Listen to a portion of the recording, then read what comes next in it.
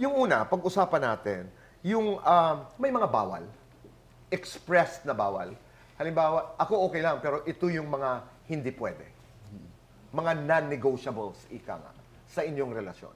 Parang hindi naman natin. Parang wala naman po kasi kaming like na ganun na bawal ka sa ganito, bawal ka sa ganyan. Basta ang amin, alam mo yung limitations mo, alam mo boundaries mo.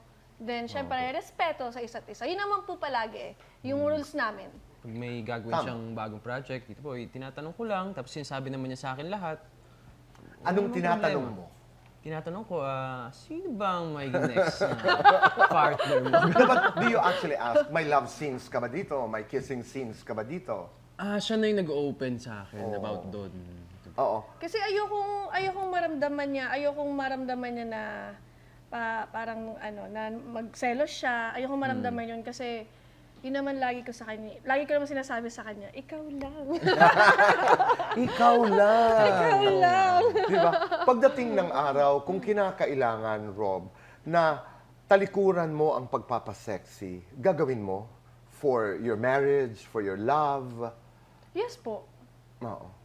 Ang akin ng pag nagkapamilya na ako, ayokong makita kasi in the future ng magiging anak ko na yung nanay, iba yan, yung nanay mo, nagpapasexy pa rin, ganyan yung suot. Yung may masasabi po yung ibang tao, tas malalaman pa ng anak ko. Kumbaga, ang backfire nun sa magiging anak namin eh. Magiging anak natin. Ayun. So, What do you have to say to that? Napakaganda. Ako, Tito Boy, hindi ko naman siya talaga pinagbabawalan sa lahat ng ginagawa niya. At nakikita ko, narating niya to, Tito Boy, ng siya lang. Kaya ako, nire-respeto ko lahat ng desisyon niya. At sinasabi ko nga, laging nandito lang ako. Tsaka, yung mga baby, ayun, on the way na. Talaga? Kailan?